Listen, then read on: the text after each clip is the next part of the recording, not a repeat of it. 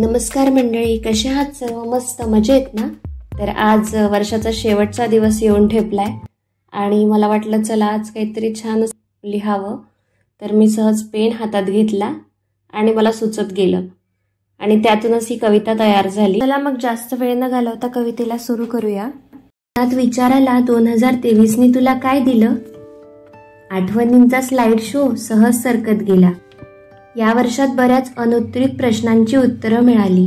स्वतःवर प्रेम करण्यासाठी अगणित कारणं कळाली. ज्या वेगात सरकले ना हे फोटो, त्याच वेगात ठरतात काही प्लॅन. ड्रीम्स कम ट्रू म्हणताना वाटतं ना छान. नेहमीच नाही मिळत पण हे बोलण्याचा चान्स. मग काय, आठवणींना उजाळा देऊन म्हणायचं नाऊ लेट्स मूव्ह ऑन.